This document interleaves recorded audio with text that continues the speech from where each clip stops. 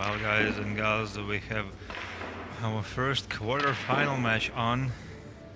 And once again, I'm joined here by Jeremy himself, Jones, from the USA. And I think, Jeremy, you have all the chance to dissect, I would say, the fundamentals of the guy you love so much so far. I'm talking about Aleksa Pecelj of Serbia.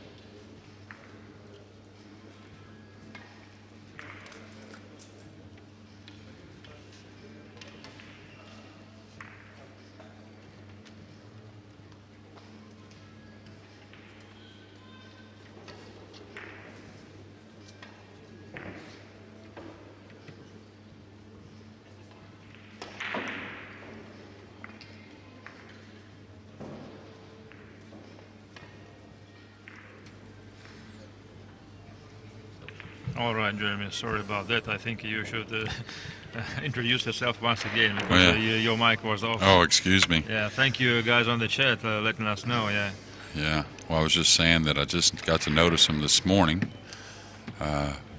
practicing before his first round match in the final 32, and I really liked what I saw. Really fluid. I think every part of his fundamental looked perfect, meaning a great backswing that really promoted and helped a good forward swing, and just really didn't miss hit the cue ball much. And at a young age, bright future.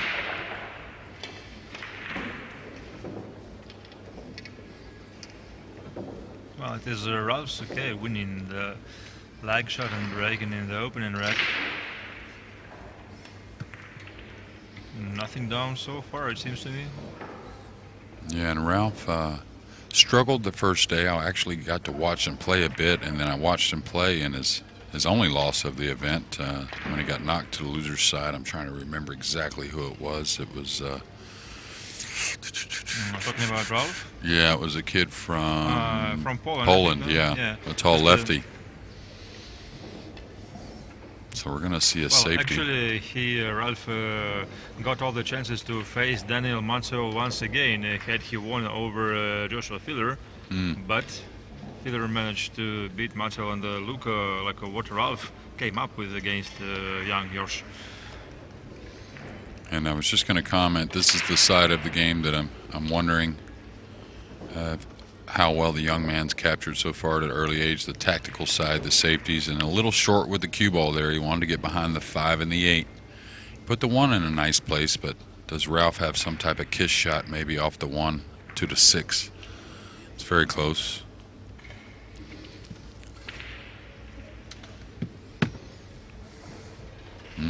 Maybe a little thin on the 1. So Ralf is going to probably try and keep it simple here, using the 2 and 10. Just playing the 1 to the back rail, and it may get up 1 diamond on the side rail. And I think you won't go for a kick here, right? No, I think he'll just clip this, and like I said, try to use the 2 and the 10. Oh, he couldn't get by the 6. So that's what we call soft safety, trying to keep your opponent off an offensive shot, even though you know you're not going to get the snooker. Now he's immediately looking at going down table. I would be a little more looking that the 2, 10, and the 3 are really big balls, just to clip the 1 up the side rail and come simply 1 rail back over, near in the area where he's at now, but a little more up the side rail. Bringing the cue ball behind the 6, right? Yeah, maybe. So a lot of times you want separation, of course. It's a little more, Okay, watch out for an awful kiss here. Landed nice. And we know Ralf is not going to be in any hurry. He's going to survey everything and try and keep the pace of play probably down somewhat slow. Or maybe just keep the same he was using in his previous match when he beat Filler 8-3. Yeah, but I saw a bit of that match the last 3 or 4 games, and Filler fouled, meaning he touched the ball with his hand, with ball in hand. He had ball in hand on the 1, shot the 1, and came up and brushed the 8-ball with his hand, and after Ralf had scratched on the break. And then missed an easy 8-ball, scratched on an 8-ball. So it wasn't the Filler we're used to seeing. And not taking anything away from Ralf, obviously he had to play well.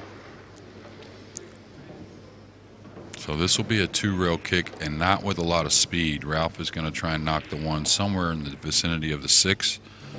I don't think he's going to hit it with a lot of speed and try and separate. I think he's going to try and use some congestion, maybe get a snooker with the 2-10. Well, I think right now Ralf is going to wait until the announcement ends, because it is pretty disturbing to the players, I think. Yes, it's quite loud, actually.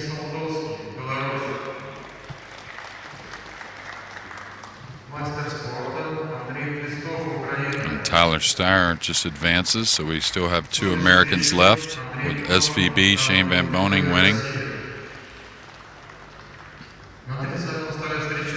So again, I'd be surprised if he went at this firm. He did, though. Okay, but he hit it so solid. And left the shot to the side. Yes. He did well with the cue ball, though, hitting it solid. He just was hoping the 1 would get past that 4. Yeah, the 2 ball doesn't pass past the 10 ball, obviously, to the corner pocket, so he's got to draw all the way back to the middle of the table. Right where he was pointing his cue. Yeah, and the 3 has both corners available, meaning the long corner and the short one. So if he can just get kind of heavy on the 2, as heavy as he can possibly get, he may be able to use the 10 to slow the cue ball down and develop a shot on the 3. Well, the 3 to the 4 is also some kind of where you can get easily lost. Oh, that's a nice shot there. It's a comfortable shot there, and not easy to. You got to come close to that corner and then back out with good speed. The one thing is, the 4 does go off of the 8 very easily in the corner. You can hit the 8 at, a third of the ball, half the ball, 40. There's a lot of ways you can hit the 8 and still make it. So if he's not able to get on the 4 on the side.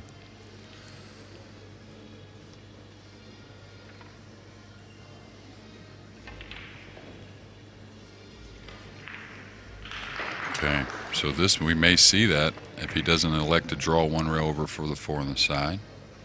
But he's nice. He can go the side rail with a little low right English.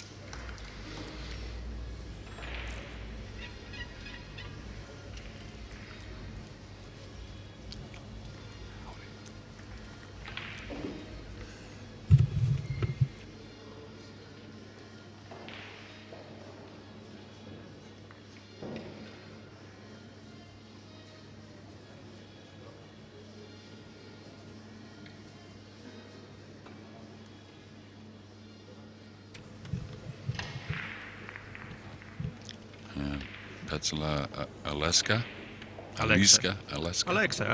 Like Alex, but oh, yeah, with A. Yeah, with the KS, yes. I'm learning. I should learn a little quicker with the with our alphabet right here on the keypad. I was telling the rest of the Americans who haven't gotten to pay attention to this kid, they should, because I think they're going to see a lot of them here in the next, say, like 25 years. Yeah, sure. I dare say that when this young guy becomes a world champion, one day it was Jeremy Jones calling him first. Well, I don't know about that. I don't make many of those types of predictions. The only one I actually recall I got right when I first saw Kachi. Without knowing him, I told him he was going to be #1 ranked player in the world one day, and it only took him about 18 months or 2 years to get there. But you can just see certain guys, and Kachi, I think he's just... Do you see same potential about Federgorst? Oh, absolutely. He's already been a junior world champion. It was like I think it was Chris Melling telling someone that this guy probably has got some like 4 to 5 majors in the near future. Yeah, well, that's a hard thing to say just because of how tough it is to win. You would like to think so, but the one good thing is I think there's going to be more major events and what you consider more major events for these guys to play in. So they're going to be able to accumulate a lot of titles. And I certainly think Federer's going to get him 4 or 5 majors. It's just the nature of the beast is it might take a little longer than people think, and nothing to take away from Federer. It's just how the sport is. Well, I hope Federer still has got a very long life in sport. Oh, absolutely. If he decides to stay. Yes. Of course, we're hoping for that one. Well, the 3-ball, under a pressure situation in the last match at Hill Hill, the 3 hit with inside English with a lot of speed to cannon into that 4. That shows you a lot of guys might have elected to play safe in that situation, or maybe just softly make the 3 and then play safe on the 4. But he stayed aggressive, and that's a true sign of a champion. Yeah, right. So, rec number 1 goes in favor of Aleksa Pecelj. And it wasn't an easy out. He made a really nice shot on the 1 to come 2 rails to the center on the 2. If he underhits or overhits a bit, could be serious problems. Now, I haven't got to see him break, but I don't think that's going to be an issue. Just let's take a look at the body movement. No body movement at all. Yeah, and he ended up dry as well. So that's going to be upsetting. It's pretty weird, I think we've seen one dry break by Niels Fine today and one by Federer.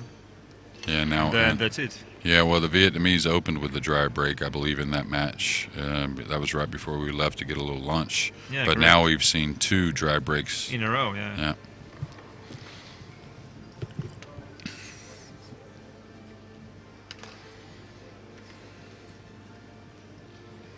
And this one is quite some ways away from the hole. I'm not saying it's not doable, but I kind of like coming to the bottom rail and maybe using the safety coming across the ball rather than going for the make.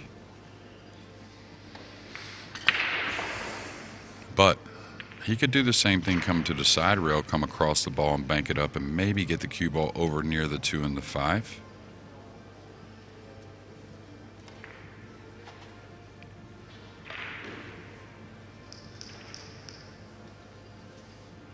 Oh, do you think the rail first attack is there? Yeah, it's going to be the bottom or the side. Now, can he not reach the jump shot? Is that the case with the jump? Is it too far out in the middle of the table? Because there is some distance there, but you're hitting the one fairly full. I also believe there is some kind of special technique when you use the mechanical bridge to jump from the middle of the table. Yeah. Yeah, I haven't seen it in a while, but I've seen it before. I like coming to the bottom rail like he's looking and trying to bank the 1 across a little bit and let the cue ball run, rather than going for maybe a little bit of an underdog make and you give up a run out. Okay, he's going to come. Now you can do the same thing here. You can try to bank the 1 up the side rail.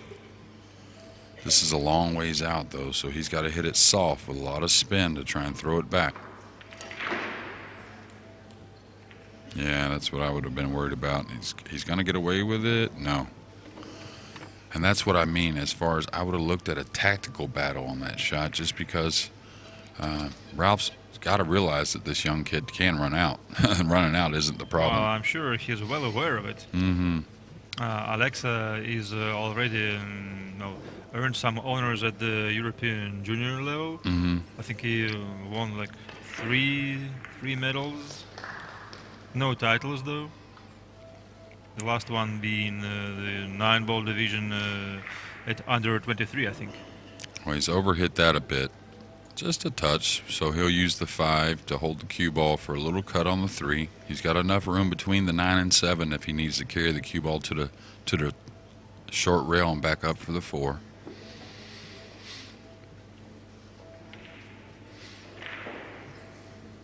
But I can see him playing several matches without missing. That's kind of my feeling, anyways.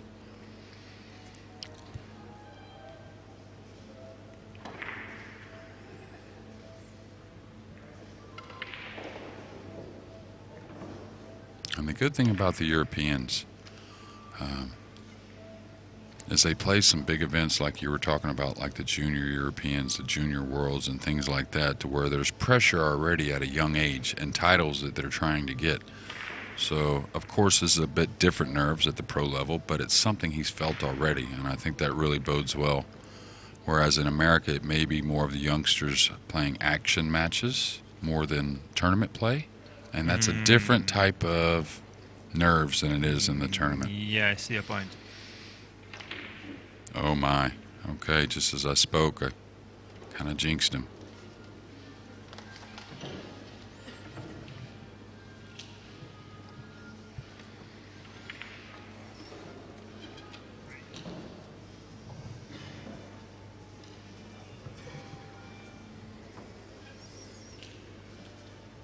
So Ralf should probably cheat the pocket a little bit and run the cue ball 2 rails with high end side in between the 6 and the 5. No reason to put draw on this and bring that side pocket into play. I think anyways, when the ball's hanging like this or near the pocket, that's when you really use the pocket to try and manipulate the cue ball.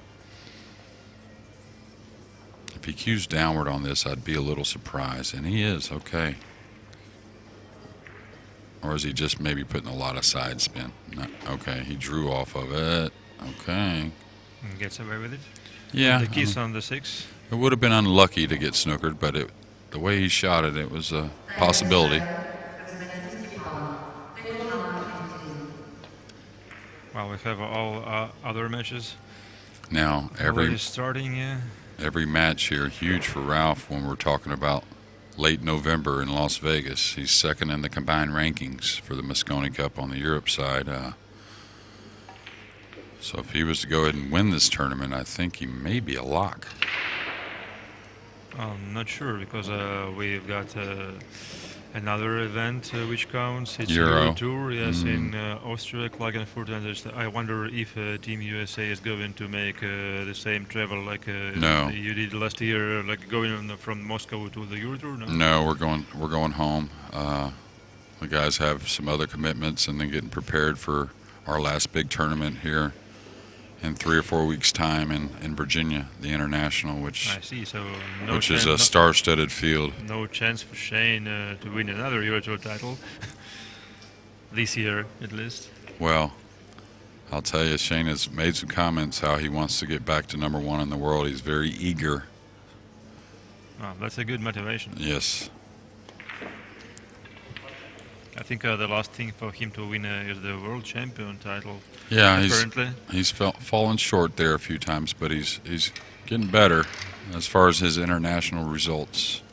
And it's difficult. When you go internationally, it's just like the U.S. Open.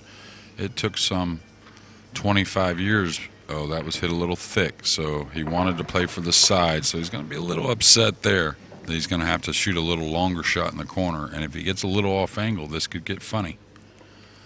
Hit the 7 a little thick to the hole, so he missed out on about 12 inches of travel on the cue ball.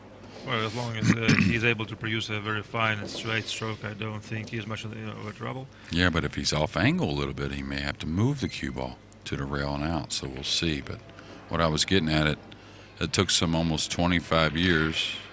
Nice shot. It took some almost 25 years for an international player to come abroad and win the U.S. Open. That being Efren Reyes. So it's not easy to travel those great distances and play your best pool. And it still has been, now how many international U.S. Open winners do we have? We have a few more now, of course, but that being Josh Filler, the reigning U.S. Open champion. Efren Reyes, that's 2. Alex Pagulayan, who stays in North America a lot. That's 3. We have Jason Shaw, who lives in North America, lives in Connecticut. That's 4. Darren Appleton. Who lives in Florida, I think, now? Well, he was in Philadelphia. He was in Pennsylvania. I think he's actually back home now. Oh, really? In England, yeah, for the most part. I'm trying to think of what other internationals do we have that have won it. I think that's it. Am I missing another? I know I am missing another, and I'll think of it, I'm sure. But So talking about this all stemmed from Shane's international play, and it's just not an easy thing to do. What about the Taiwanese guy, Chen Yusuan? The US Open. Oh yeah, Kevin Chang. Kevin Chang. That's the one I'm missing. Yes, I believe so. Anyways, Mika Immonen. Mika Immonen. Yeah. Well, Mika has won it twice.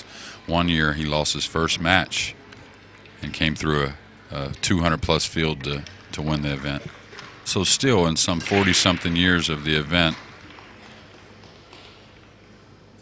Okay, we got a ball down and a perfect starter on the 1 with the 2 hanging. He's going to have to play a short side position on the 3.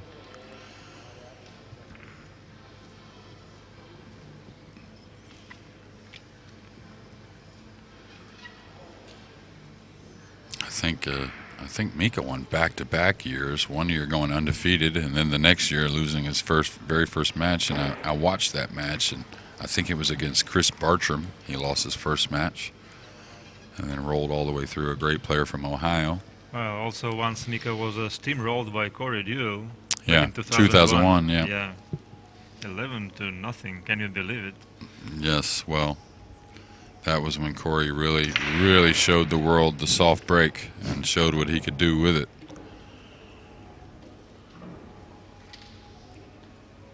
And then Darren Appleton, also a 2-time winner, I think 2008 and 2010, is that correct? 10 and 11. 10-11. Oh, he was back-to-back as well. Okay. Yeah. And then there came Shane Van Boning, who won 3 times in a row. Yeah. So just here you have it. Yeah, he beat me on the winner. Like 8 years and only 3 people winning it. Yeah, he beat me on the loser side in the final 6 a few years ago of the U.S. Open, I think it was. The last year that it was in Virginia, I believe.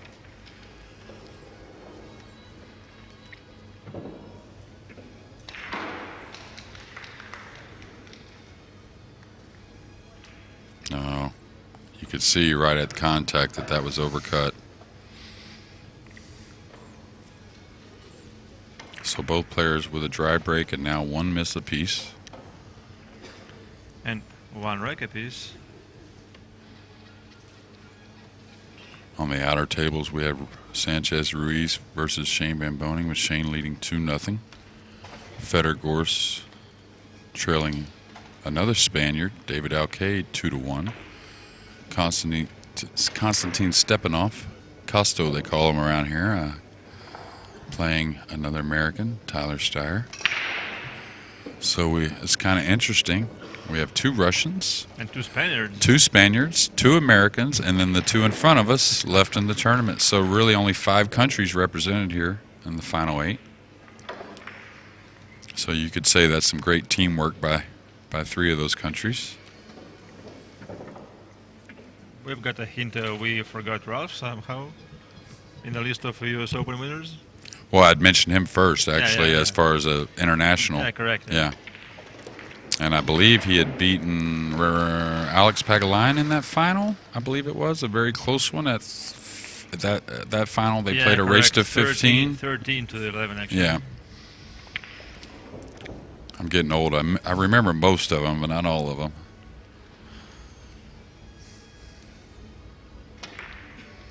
You would think I was cheating, but I can't read that Russian screen you have on there anyways. It's amazing. You have so good memory for all these like old numbers from the past, all these score lines and just even some shots. Well, in America, that's a pretty important tournament to us, the U.S. Open. So.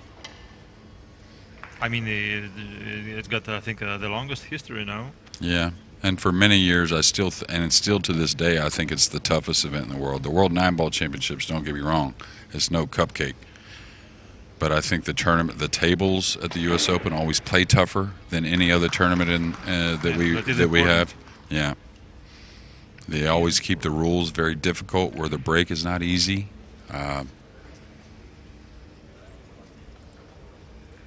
That's how it should be, basically. Somewhat like right. golf, the major events, they toughen up the courses, really put a true test.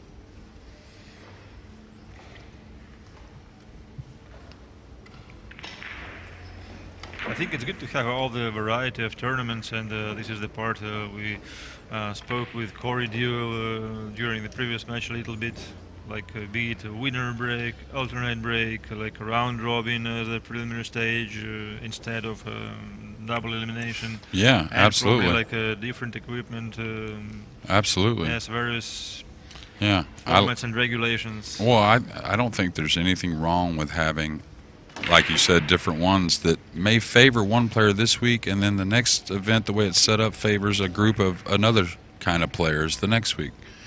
I think if you set it up a particular way every time, you're going to have a lot of the same guys over and over.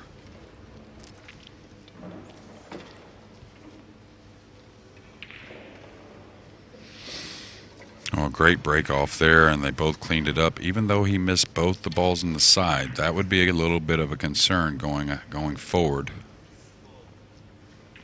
Now he wants to get nice and close to this 3, to where when he rolls in this combination, he keeps the 3 over the side.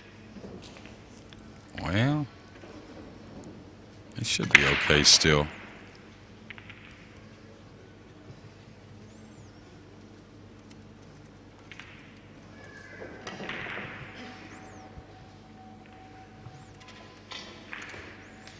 And he can cheat this pocket, I believe, no problem. He's going to have to hit heavy with a bit more speed, but he can certainly get to the good side of the table. And he's just going to use a little draw stroke. Come back to the rail. Right hand English, maybe? Eh, Yeah, I like that. yeah.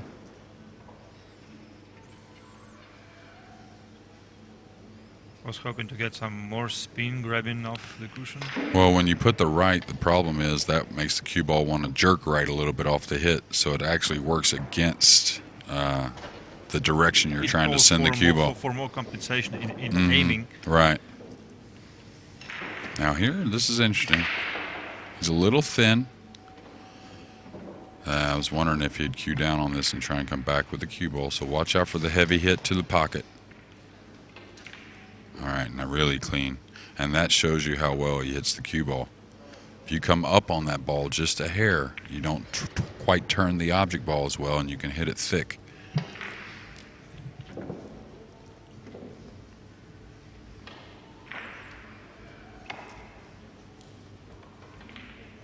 Oh, I just noticed him. He kind of threw the cue a little bit too right there. I always like watching for that. Usually, for me anyways, it's the players I like to watch the most. Which was the year you started noticing it yourself? I mean, well, I never noticed it. It was about 5 years into playing, and someone told me. Observing the other people. Oh, yeah, probably 6, 7 years ago, maybe 7, 8 years ago. Like, not so long ago. No. Well, I was very concerned with myself for a long time, so now I have to talk about other players. So.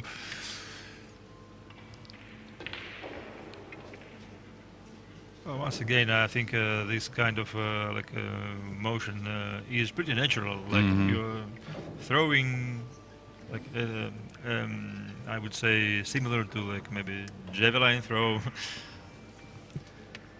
Yeah, it's just a release point, yes, right? Throwing like the device towards the target, like the cue ball.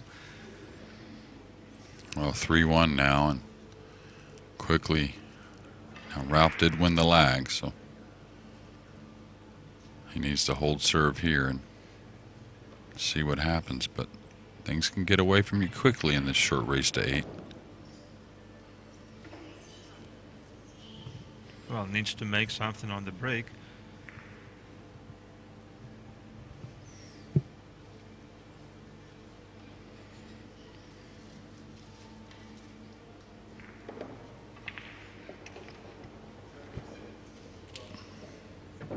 Now, early in the tournament, I watched Ralf break off the in rail 2 or 3 games in a match, and he quickly went away from that, went back to the table, to the hand on the table.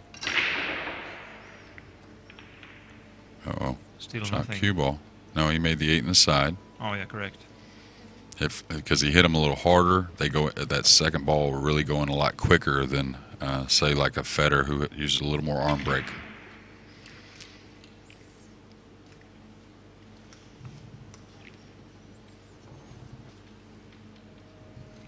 Shane Van Boning up 3-0. Federer trailing 3-1 to David Alcade and 1-0 in Tyler Starr and Stepanov.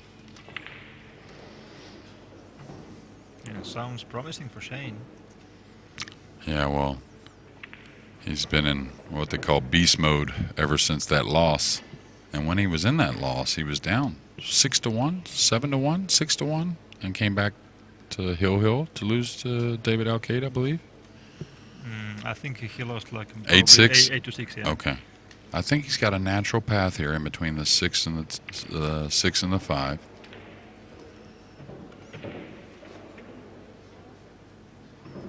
That's a nice shot. And he's right on the border of, can I roll forward for the 3 or do I need to come off the rail? I think he can roll forward.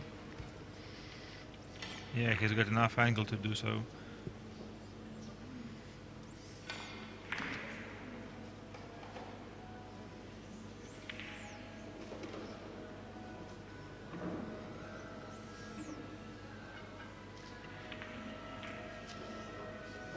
Comes up with a nice drag shot.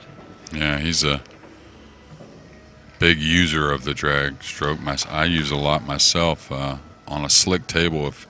If you're someone who's comfortable with that, the pocket becomes very big for the object ball. And like in the Mosconi Cup, when the nerves are really, really high, if you, like I said, if you're very comfortable with that shot, sure does make the game easy in some situations. So I think he's too thin here to hold for the side, so he's got to come up near the 7 with the cue ball.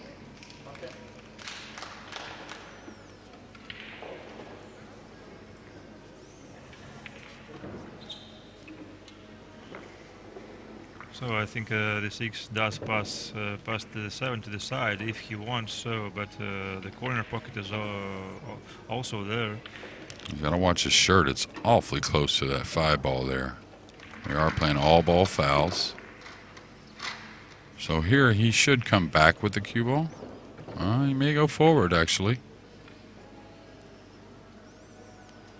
It's kind of preference in this situation, don't you think, Michael?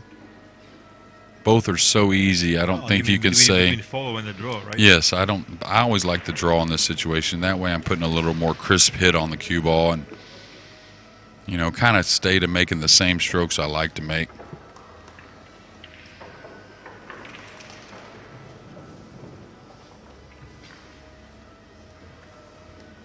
Well, it is in a Russian pyramid where you are supposed to be stroking more more often below the center of the cue ball because some of the forward spin transfers to the object ball and just kind of stabilizes the path, also helping to move through the corner pocket better.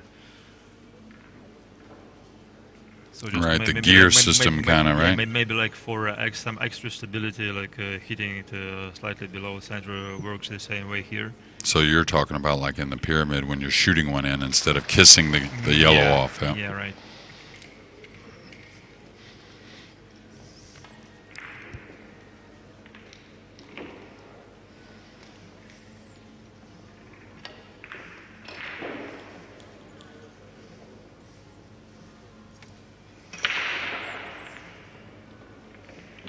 Well, that's a run out for the German.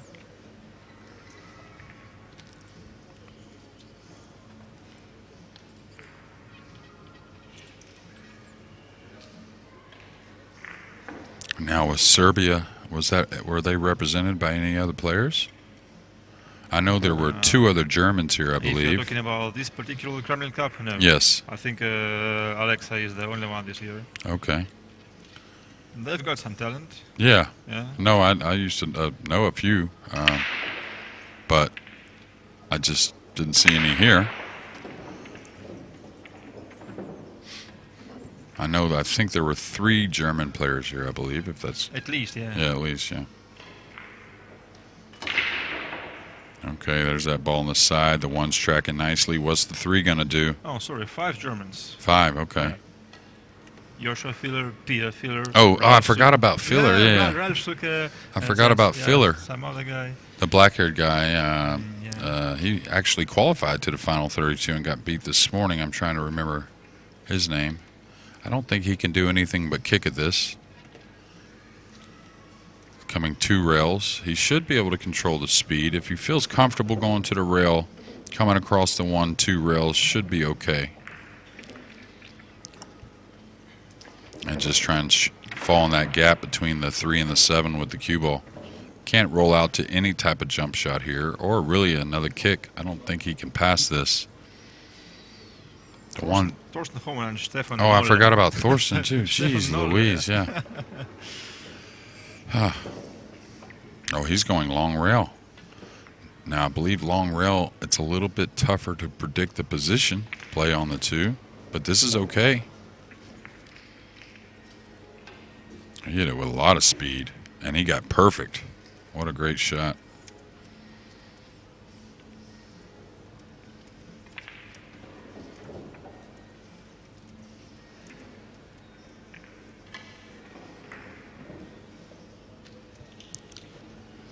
Well, I'd say I feel really good today, but my mind left me on the Germans there, and you know, the #1 ranked player in the world, plus a former #1 ranked player in the world. That's pretty fine, because like I think right now all your mind is taken by this youngster. Yes, you're right. And I like everything about the fundamental, the high elbow in the back.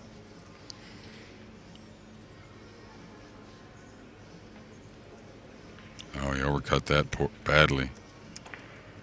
And I'm not sure really why.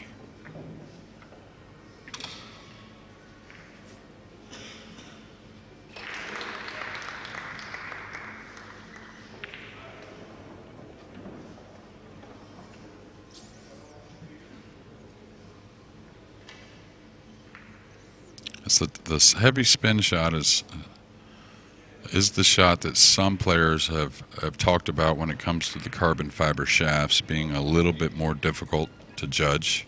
Yeah, and Corey mentioned that before, like the deflection of different kinds of shots is different with carbon shaft. Oh yeah, and I think that's one of the shots that made Filler go back to the wood with Predator rather than the Revo. Myself, I prefer good old days with maple wood shafts. Yeah, just don't get, frankly, all this like carbon hype.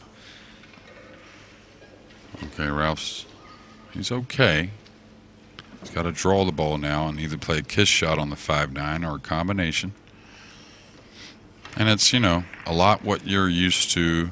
Especially with us, Michael, we're not the youngest of players, but also what your game is. Like I, tend to use a bit of spin at times, use the drag shot a lot, things like that with the outside English to kill the ball, and sometimes equipment sets up better for you. Certain equipment sets up better for different players.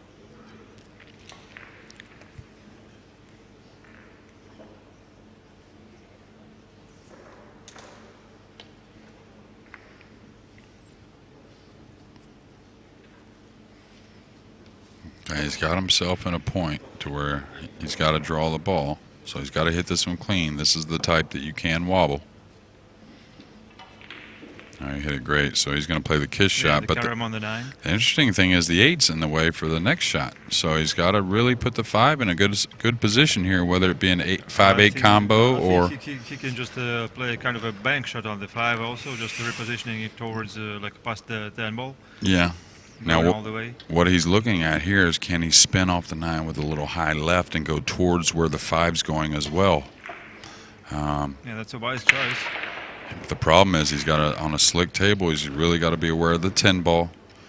He's got to be aware, you got to see the 6 is over on the side rail, right? So if he lands on the rail with the cue ball, he could be really cut off on trying to play position. So he's going to bank the 5 around the 10, around the table, and draw into the 9. With a little more speed. I think this is a smart play. That way he most likely comes oh, he hung it. How come? He just cut across it and just barely watched. He just barely caught the 9. I mean, the 9 looked so available. Mm-hmm.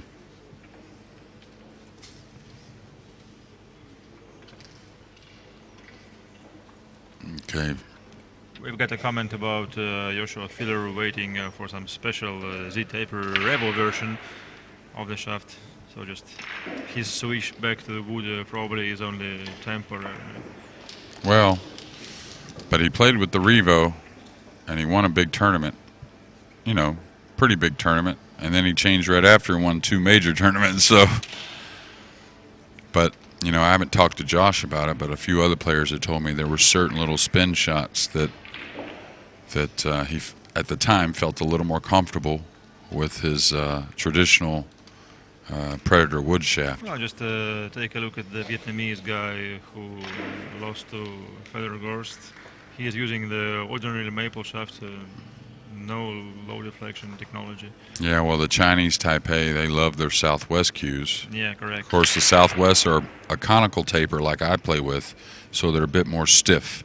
There's not really a ton of deflection. Now, people that play with a Revo would say there's a ton of deflection on it, but really overall there's not that much. Well, what a nice opening long shot there on the 5 that Aleksa made.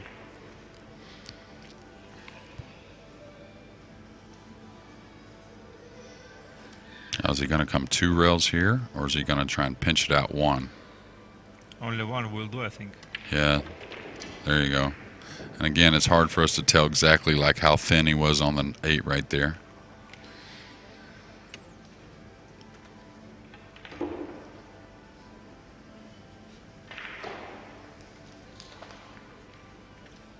And if you're wondering, our Dream Challenge starts just 3 days from now on Monday.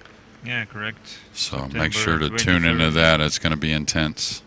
I think it's like 8 p.m. Moscow time. Mm-hmm. Oh, no. Is it? Oh, I thought it was more like 6 to 11, because it's 5 hours of coverage every day. So 8 would run into the morning pretty late, like 1 in the morning. It could be, though. No, I can't tell for sure. Because Vladimir and I were talking about, you know, if the matches run over a little bit with the TV and everything, what exactly is going to happen. And I think they're still working out a few issues with that, but it's going to be one heck of an event the last 2 years, going right to the very last match. Yeah, and it's a pleasure to see it growing a little bit. Now, am I looking at the score incorrectly? I thought Shane was ahead 4-1, but the way they're sitting,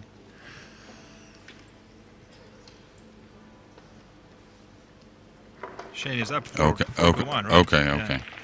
So is David Lekad leading 4-2 versus Federer-Gorst. And Konstantin Stepanev is ahead over Tyler Starr 2-1.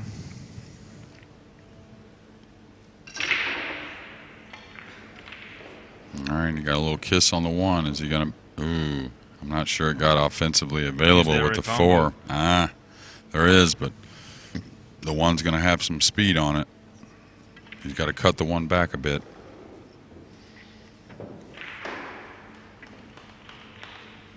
He's got an interesting shot here, though. Could call the 1 off the 4 in the upper corner and bring the cue ball back behind the 5, having position on the 2 if he made it, and safe.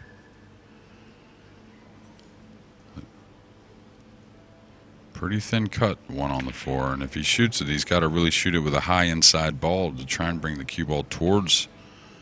Yeah, that's an off-angled combo. Yeah. So very thin cut on the 1 is required. Yeah, drive the 4 towards the side. I don't think he's calling it. I think he's bringing him behind the 5. And that's what I was saying. See the direction the 1's going? He could have played it much more firm, still keeping the cue ball behind the 5 with just a little check. Maybe calling it up in the corner, but a smart play. It's not something you're going to do in a race to 8 here. You can't afford any mistakes, or especially any mental mistakes. But here, Ralf knows when you play safe on the 1 with so many balls on the table, if he makes a good hit here, a lot of good things can happen for Aleksa. So he gets his breaking cue, I think, for the jump shot. Wow, what a hit. And he's going to get a shot on the 2 as well. The 3 passes the 5.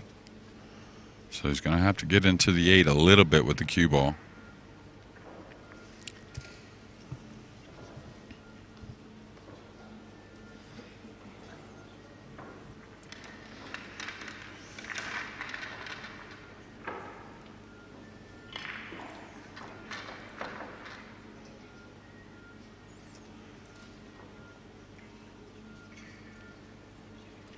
Nice to go a little forward here, like that. Ooh, he didn't want to land on the rail, but he did need an angle. So now he's going to have to... Can he put some speed on this and avoid the 9 coming 2 rails? No, I'm not sure about that. I think he will clip the 9 anyway. Okay, well, he's going to try and hit down on this, trying to avoid hitting the 9. So I think the cue ball is going to be okay. It's just going to be a little bit tougher making the ball. Just don't overdo it, Aleksa, because the side pocket is always there. Yeah, and the 10 coming 2 rails. You could get over the 10 or behind the 10. I think, though, the make was the real problem. Just because when you're jacking up, you're hitting a flat cue ball. So see how it really grabbed the 3 ball and made it hit a little thicker? That sometimes is interesting to see the players, like after a miss, they stay at the table and like reproduce the shot as if they can still change something. Yeah. Well, they're sometimes a bit confused and about what happened, maybe. This one here, I think I like playing the 3 underneath the 10, I think. And letting the cue ball come 2 rails. You got the 6 and the 10 to really get the snooker. You could play the cue ball behind the 10. I think I like the 3 underneath the 10 more, though. A lot of times you have a choice which way you want to clip this ball.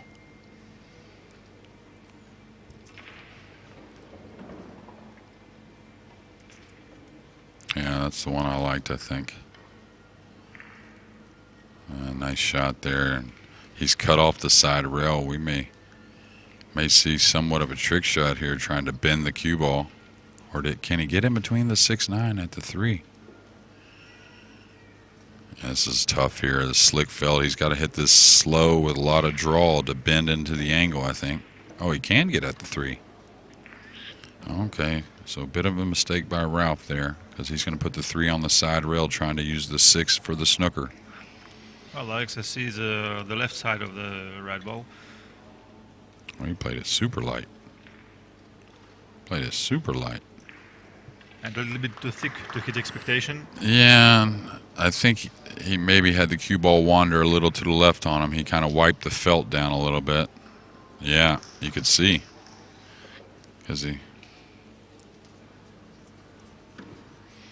So again, the tactical side has been... We've had one miss by Aleksa, but it's been the tactical side where we've seen a few more errors.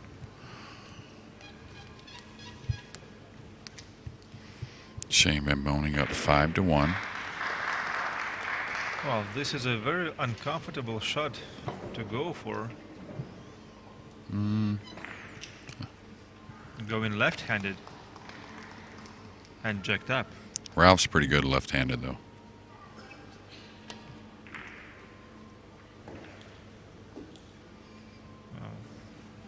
I think this is as tough a shot as you could witness. I mean, going jacked up even with your natural hand is never easy, but opposite-handed, hands down. Yeah, and he had a pretty big window, but he still had to hit it with enough speed to get by the 10 and not too much to get behind the 6.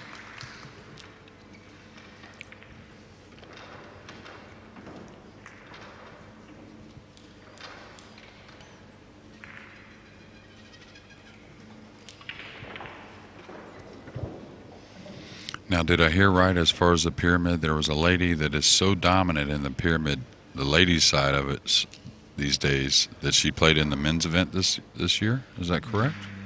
I'm not sure. And I would say there used to be a lady that done it, because like recently there are some other girls gaining on her.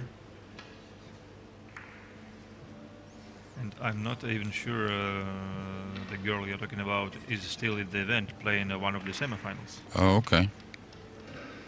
Well, that's what I was told, that she didn't even play in the ladies this year. She decided to play in the men's instead, just because she's, like I said, been so dominant.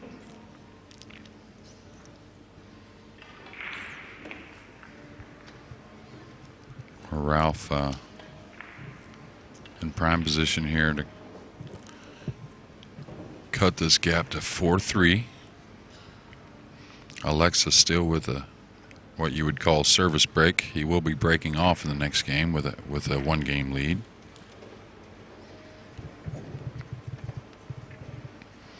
Federer on the 10 ball, trailing 4-2, so it should be 4-3 here shortly. And Shane Van Boening now up 5-1.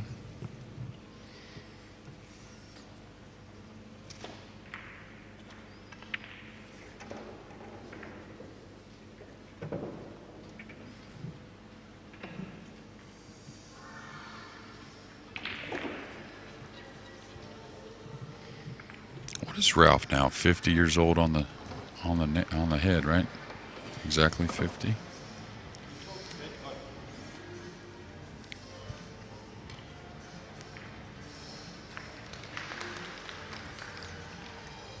Oh my.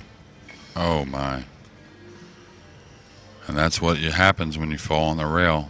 That's why guys would always much rather be above the ball with a little more cut and off the rail than on the rail. I didn't even bother mentioning him finishing on the rail because I was so sure about like him making being composed enough and making this one. Yeah, Ralf is going to turn 51 in November. Well, now what a way to lose this rack. He's going to take his time out, and just like Alex Kazakis in our opening match today after a big miss on the 10. Good call to take a timeout, I think, and we'll be right back.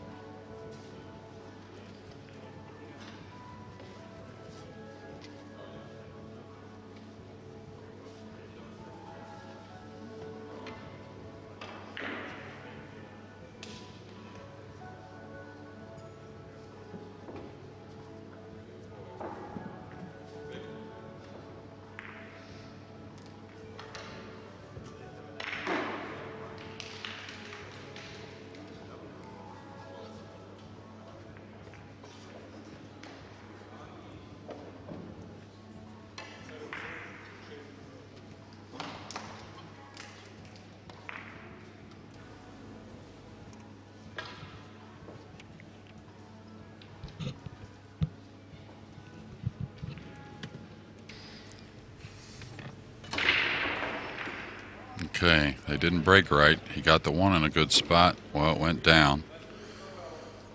Well, he was a bit fortunate that the cue ball stayed on the table because like he hit it almost straight to the side pocket first, and then the cue ball was kicked by the 8. So similar tactical shot. Does he play the 2 behind the 10, or does he play the cue ball behind? Does he play the cue ball behind the 10 or the cue ball behind the 7-8? This is choices. And again, everyone always wants distance. So just banking the 2 ball across, like this way. Yeah. And going behind the. You don't want to fence. leave a gap, though. I think he left a piece of this. That's why the practice in getting to that middle of the end rail is so important, coming from all different directions. Especially, we always have that 10 around the spot using the template, or the 9 around the spot using the template. The middle of the end rail is really somewhere you need to practice all kinds of clip shots getting to, whether you're going 1 rail to there or 2 rails zigzagging, whatever it is.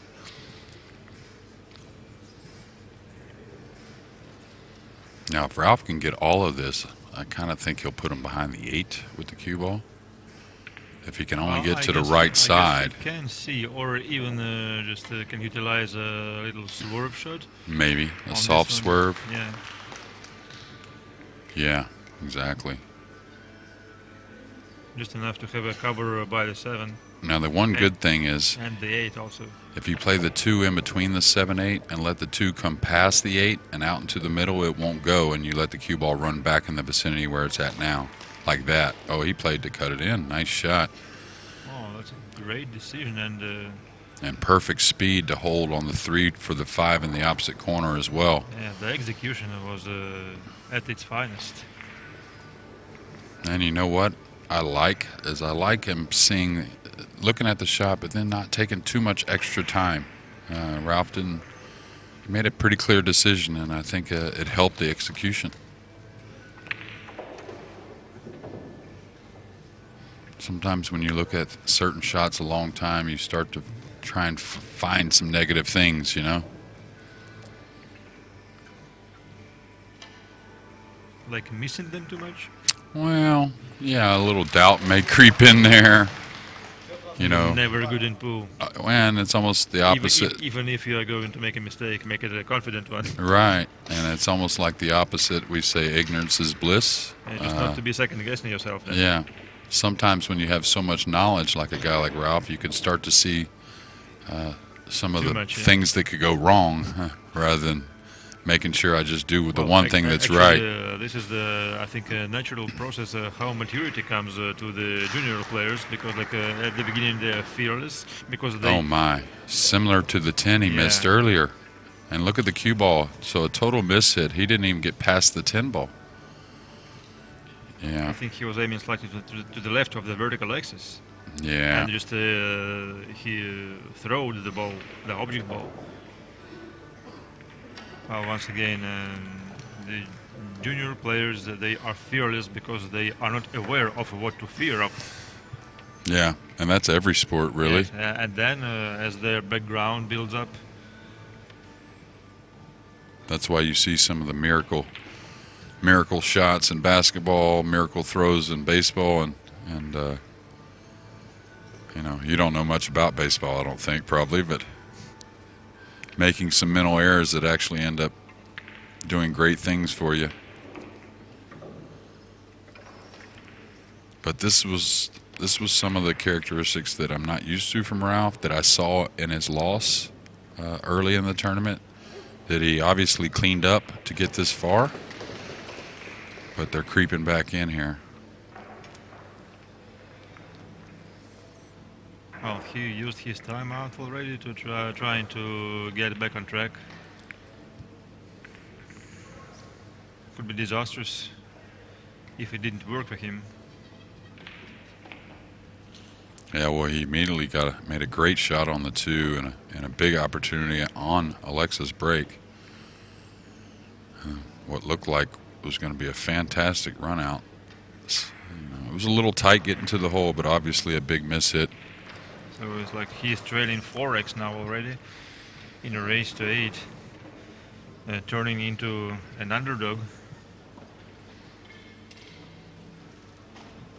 And it's slowly but surely looking like Shane Van Boning's going to end up being maybe the old man in this tournament if Ralf doesn't really turn it on here soon.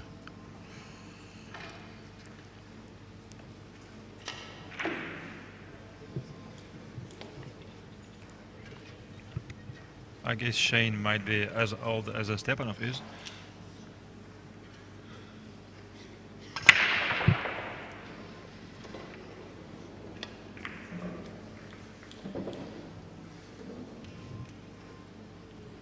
Federer trailing David Alcade 5-3, but he is breaking.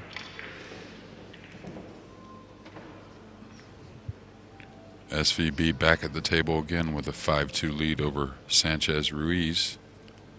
Oh, excuse me, Ruiz Sanchez. No, the first one was correct. Correct, yeah, Sanchez Ruiz. Yeah, you're right.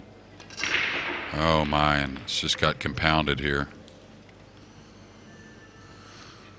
So it's been a couple that may as well been ball in hand, and now ball in hand. Worse, yeah. Right. He's got a 4-ball that's tucked over on the side there, near the side pocket. So he's going to immediately look at that. Yeah, I think getting to the 3 is very easy to have a nice angle to come across for the 4.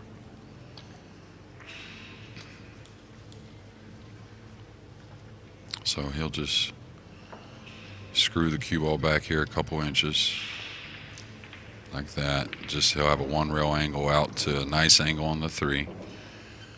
I'd be interested to see. I would come across and play like that on the 4 myself. There's enough room there. The 7's not really hampering.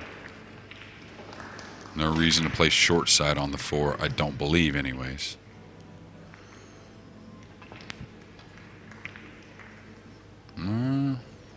That's okay.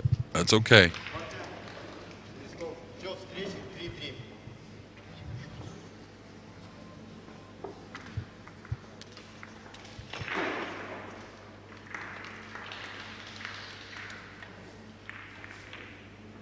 Yeah, he just wants a 2 or 3 inch bounce off the rail here, and that's perfect. Just come out above the 7, have the 5 in the corner with the 7 hanging on the side. So the young man should get to the hill here without some big error. Yeah, he just hits the cue ball very clean. And he handled the 4-ball here very nicely. Yeah, but you'll notice when guys' timing is really nice, you'll notice how light he hit that ball, but the 4 really moved down the rail. It wasn't like fluttering down the rail at all, and that's whenever you're using the cue stick as good easy power rather than really trying to apply the power. Yeah, if you watch those top players who get so good cue ball action from like what seems to be very delicate shots, that's the thing you're talking about, I think. Yeah, it's not just easy cue ball movement you should watch. It's also how much easy power they put on the object ball. They are so accurate with the cue delivery also. Yeah, I call it letting the cue do some work for you. Yeah.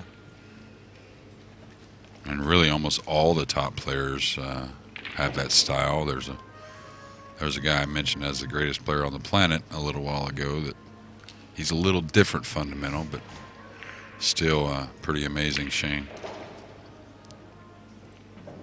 Oh, he's a man of his own when it comes exactly. to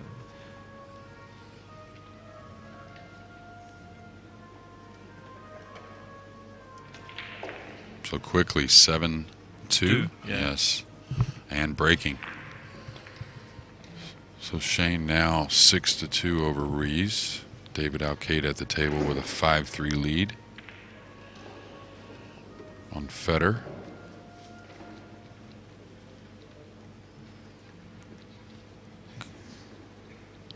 Stepanov and Tyler Steyer knotted at 3 apiece. And that may be something we see here in a few days, those two in action against each other in the Dream Challenge. Now, Stepanov has called this 2 rails. Yes, I'm not sure they're going to face each other in singles matches, but definitely they will meet in doubles. You would think, anyways.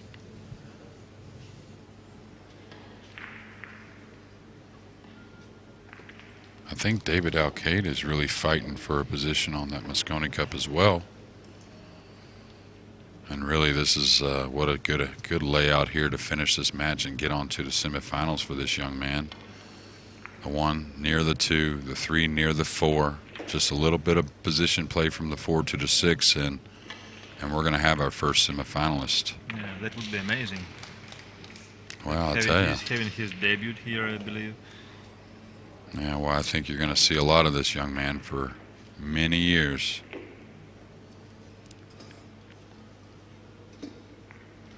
Actually, I learned his name first when he beat Gorst, I think, at one of the Euro Tour events. And I was looking like, very puzzled. Must be a misprint, yeah, huh? Some Serbian junior, and it's Gorst after all. Well, I tell you, when I watch him, I kind of feel like he models a few things after Federer, excuse me. Oh, almost nearly catching the 8 there. And that's where he's not been bad, but when he gets a little short, just like any of us, when we get a little short is whenever maybe things don't pan out exactly how we wanted. When he stays really long and fluid, it seems like he's hit everything how he wants.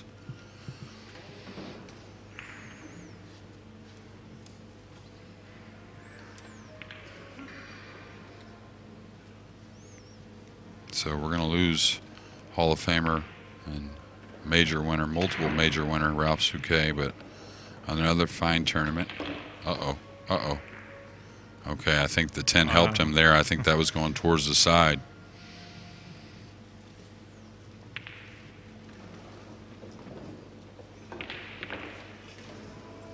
Well, that's it for Ralf Souquet in this event. But still, he earned some points in favor of a Mosconi Cup race.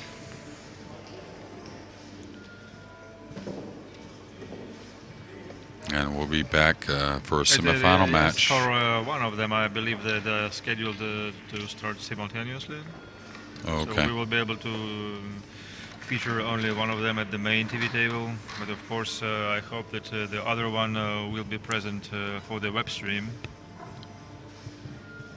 So once again, it will be very nice to see how Aleksa Pecelj performs in these totally new conditions. I think, well, probably this might be even his first major with such a deep run through. Oh yeah. Well, like I said, every match I think is doing wonders for the young man, and it's a pleasure to watch. And thanks for having me, Michael. Yeah, and thank you in the meanwhile. We'll be back at the semifinal. Yeah.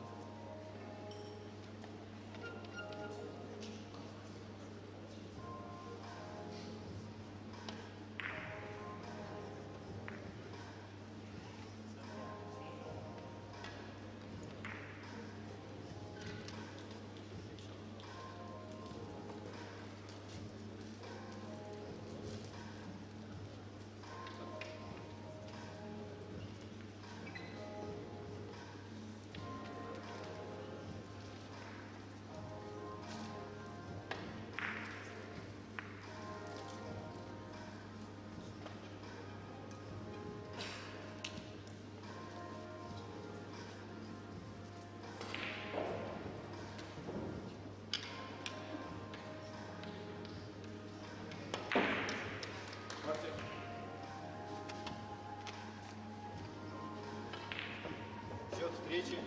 Листов 4-3.